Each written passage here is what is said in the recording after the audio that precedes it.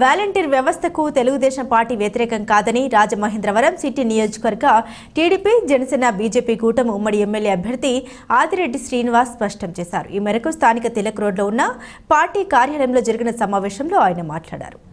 రాజకీయాలు చేసే వాలంటీర్లకు మాత్రమే టీడీపీ వ్యతిరేకమని, అయితే నిజాయితీ కలిగిన వాలంటీర్లకు రాబోయే ఎన్డీఏ ప్రభుత్వం న్యాయం చేస్తుందన్నారు. వాలంటీర్లను రెచ్చగొట్టడం ద్వారా వైఎస్ఆర్సీపీ రాజకీయంగా లబ్ధి పొందాలని చూస్తుందన్నారు. ప్రభుత్వ ఉద్యోగులే పెన్షన్లు పంపిణీ చేయాలని, పూర్తిస్థాయి ఉద్యోగులు కానీ వాలంటీర్లు కాదని ఎన్నికల సంఘం స్పష్టం చేసిందన్నారు. గ్రామ వార్డు సచివాలయాల్లో 1.26 లక్షల మంది సిబ్బంది ఉన్నారని, గ్రామంలో సగటున 45 మంది పెన్షన్ హోల్డర్లు ఉన్నారని, రోజుకు 20 పెన్షన్లు ఇస్తే ఇంటింటికి వెళ్లి 2 రోజుల్లో మొత్తం పెన్షన్ల ప్రక్రియ పూర్తవుతుందని పేర్కొన్నారు. పేదలు, వృద్ధులు, వికలాంగుల పెన్షన్లతో జగన్ రెడ్డి కొత్త డ్రామా ఆడుతున్నారని మండిపడ్డారు. ఎన్టీ రామారావు 35తో ఈ పెన్షన్ పథకాన్ని ప్రారంభించారని, 2014లో చంద్రబాబు నాయుడు సీఎం అయిన తర్వాత 200 రూపాయల పెన్షన్ను 2000కు పెంచారని గుర్తు చేశారు. ఏడాదికి 250 రూపాయల పెంపుతో జగన్ రెడ్డి 5 ఏళ్లలో కేవలం 1000 పెంచారని విమర్శించారు. తమ కూటమి అధికారంలోకి వచ్చిన తర్వాత 4000 పెన్షన్ ఇస్తామన్నారు. నమస్కారం. వాలంటీర్ వ్యవస్థని తెలుగుదేశం పార్టీ వ్యతిరేకం కాదు. రాబోయే రోజుల్లో ఎన్డీఏ ప్రభుత్వం వచ్చిన తర్వాత వాళ్ళని అన్ని విధాలుగా ఆదుకునే బాధ్యత మేము తీసుకుంటాం.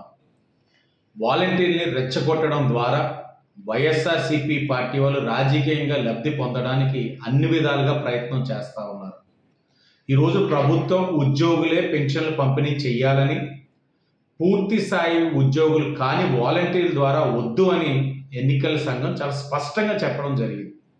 ఈరోజు మీరు చూసినట్లయితే గ్రామ వార్డు సచివాలయంలో సుమారు 1,26,000 మంది సిబ్బంది ఉన్నారు. గ్రామంలో సగటున 45 మంది పెన్షన్ హోల్డర్లు ఉన్నారు. రోజుకి 20 పెన్షన్లు ఇస్తే ఇంటింటికి వెళ్ళి 2 రోజుల్లో మొత్తం పెన్షన్లు పంపిణీ చేసే కార్యక్రమం వీళ్ళ ద్వారా చేయవచ్చు. ఈరోజు ఎన్టీ రామారావు గారు 35 రూపాయలు ఉన్న పెన్షన్ని శ్రీకారం చుట్టారనే విషయం మనందరూ కూడా గమనించాలి. 2014లో చంద్రబాబు నాయుడు గారు 200 ఉన్న పెన్షన్ని 2000 చేసిన ఘనత ఆయనదనే విషయం కూడా మనందరం గమనించాలి.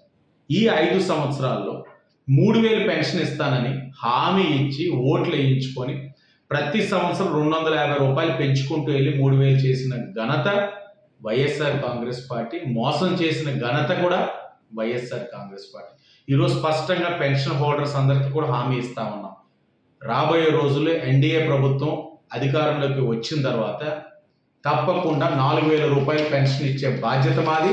ఇంటింటికి ఇచ్చే బాధ్యత కూడా తెలుగుదేశం, జనసేన, బీజేపీ తీసుకుంటామని కూడా హామీ ఇస్తా ఉన్నాం.